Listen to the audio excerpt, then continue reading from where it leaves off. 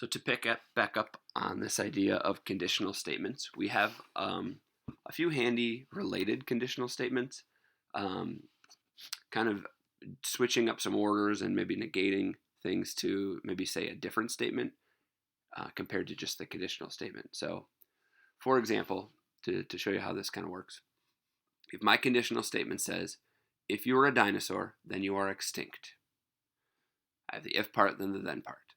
To negate that statement, in the last video, we saw that if you want to negate a conditional statement, you just say not for the conclusion. So the negation of this would be, if you're a dinosaur, then you are not extinct. Now the converse, we're going to be using this idea a decent amount this year. The converse is where you actually switch the hypothesis and the conclusion. So the conclusion becomes the if part and the hypothesis becomes the then part. So the converse of if you're a dinosaur, then you are extinct would become if you are extinct, then you are a dinosaur. Now, I want to take a moment to talk about this. Is this a true statement? The conditional statement, if you're a dinosaur, then you're extinct, that is true. Because for sure, if you are any dinosaur, you are extinct. But is the converse of a statement going to hold true even if the conditional statement is true? Well, no. This says that if you're extinct, then you're a dinosaur. Why doesn't that work for all cases? Well, you could be extinct and not be a dinosaur. There's plenty of animals that are extinct, but they weren't dinosaurs. So just because the conditional statement is true, the converse is not always true. The inverse of a statement is where you negate both the if part and the then part. So this statement would become, if you're not a dinosaur, then you are not extinct. That's also not true because basically the same line of thinking as above. You could be not a dinosaur and still be extinct. So let's try a few more of these. If my conditional statement is, if you are Shaun White, then you snowboard, that's true. How would we write the converse of that statement? The converse of that statement is where we flip the if and the then. One thing I kind of try to use to remember the converse is that Converse, the shoe brand, makes flip-flops. So you just flip-flop if and then. So the converse says, if you snowboard, then you are Shaun White.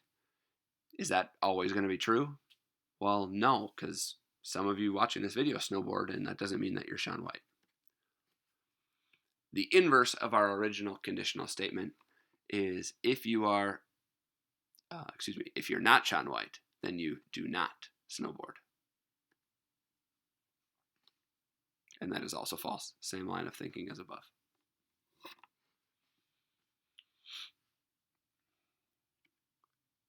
So we just saw two examples where the converse and the conditional statement, one was true and the other one was false. If you have a situation where the conditional statement is true as well as the converse, that's called a biconditional statement. And those are basically all of your definitions. So in these, we use the phrase if and only if, because the if and the then part don't matter necessarily. So take, for example, the definition of perpendicular lines. It says two lines intersect to form a right angle if and only if they are perpendicular lines. What this means is if you have a right angle, then you have perpendicular lines. Or if you flip the if and the then, if you have perpendicular lines, then you have a right angle. In both cases, it's true. So we can use this if and only if language, sometimes abbreviated as IFF. So we're going to try some logic. Remember, things have to be true for all cases. So every Friday and Saturday, Mary goes to the movies. If that is a true statement, and we're also told that today is Friday, that is also a true statement. If we were to write the first sentence in if-then form, we'd have something like, if it is Friday or Saturday, then Mary goes to the movies. Now, does the second statement, today is Friday, does that satisfy the hypothesis of the if-then? Well, is it Friday or Saturday? It's Friday, yeah. So if your hypothesis is satisfied, then you can say that Mary goes to the movies. Seems simple enough, but it can get a little trickier too. So what if we had every Friday and Saturday night Mary goes to the movies, but then we were told that Mary went to the movies? Could we conclude that it's Friday or Saturday night? And the answer is no. We can't conclude anything. The reason for that is because Mary could go to the movies on Monday or Tuesday too. We just know that for sure if it's Friday or Saturday that she goes to the movies. So be very careful of this idea of assuming the conclusion. You can't always just assume the conclusion and then that makes the hypothesis true.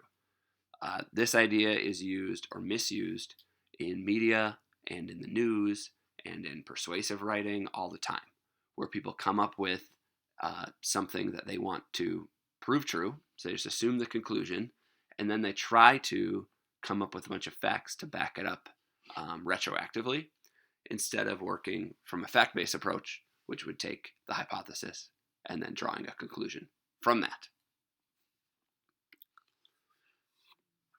So what if we have a couple sentences right next to each other that are true? What if we have, if Drew takes biology this year, then Tyler's going to be his lab partner. And then we're also told that if Tyler's his lab partner, then Drew will get an A. What can we conclude? Well, we can actually conclude that if Drew takes biology, he's going to get an A. And what ends up happening is, because he takes biology, then Tyler's his partner, and since Tyler's his partner, he gets an A. You basically cut out that middle piece. So this is basically the narrative that Drew would tell his mom, right? He would say, well, if I take biology, I'm going to get an A, without even having to mention the fact that Tyler is his lab partner, because one thing led to the other thing, and we went from the beginning to the conclusion, kind of cutting out that middleman.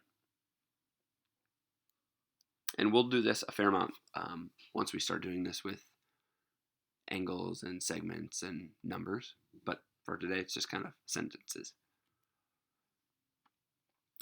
Just as a quick note, sometimes these statements aren't always in perfect order, so you might have to kind of mix and match. So if you're told x squared is bigger than 25, then x squared is bigger than 20, but you're also told if x is bigger than 5, then x squared is bigger than 25. What you want to do is you want to find some kind of match between these two statements. So we're not going to start here. We're going to have these matching pieces be the middlemen.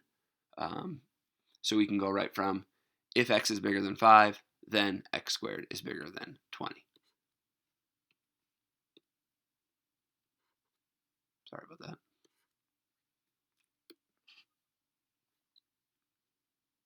So this is basically the same idea as this problem here, just the order was switched, so just be careful on that. Okay, this will be our last one for this video. We're given two statements and we're asked to write a new conditional statement that follows from the pair of true statements. So, if Jack is on school on Friday, then he will go to the game. If Jack goes to the game, then he will wear a red sweatshirt. What can you conclude? What kind of if-then sentence could you write based on these two true conditional statements? Well, naturally, you could say that if Jack is in school on Friday, then he's going to wear a red sweatshirt, because we know he's going to the game. So we can basically cut out that middleman again and go right from the first hypothesis to the last conclusion. So you notice this whole lesson, we didn't do anything with numbers hardly the entire time.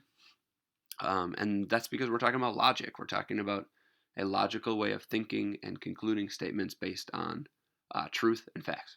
And that's kind of going to be our theme for the next few weeks in this class, when we start to get into proving things in math without a shadow of a doubt.